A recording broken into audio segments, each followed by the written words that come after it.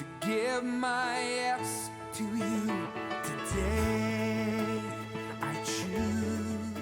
Good morning. It's Tuesday, the 9th of July, and this is Coffee with God. If you have your Bibles, turn to Romans 11, verse 6. Romeine 11, vers 6. But if it is by grace, it's no longer on the basis of works, since otherwise grace is no longer grace. You see, it's Jesus or nothing. If we could in any way, through any works that we do, or any merit that we bring to the party, then Jesus wouldn't have had to die, and God's grace wouldn't be the only thing that really gets us saved, gets us through each day that we live. And it's God's grace in our life that we need to accept by faith is what we live by.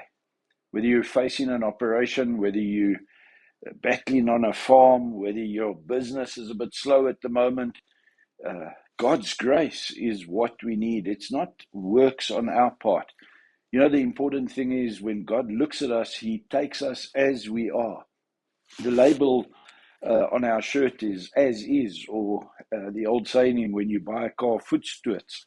It's as you get it. What you see is what you get. And isn't it amazing that God accepts us irrespective of what we've put together in our life for ourselves with our own strength? He accepts you where you're at as you are, and He says, my grace is sufficient for you. And I pray God's grace for you today.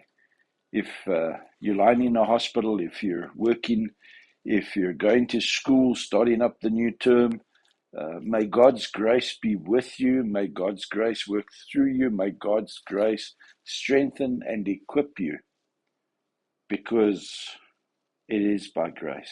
It's no longer on the basis of works, since otherwise grace is no longer grace. Trust, relax, stop fearing, and allow God to carry you in His plan, with His will and His strength, into this Tuesday and into the rest of this week. We've had temperature falls here in the valley, and the farmers have burned tires and hay and stuff through the night to try and create a smoke blanket.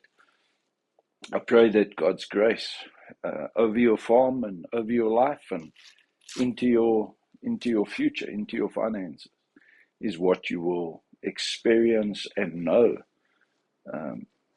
in today and every tomorrow that we receive from God's gracious hand. Trust in Him, rest in Him, rely on Him.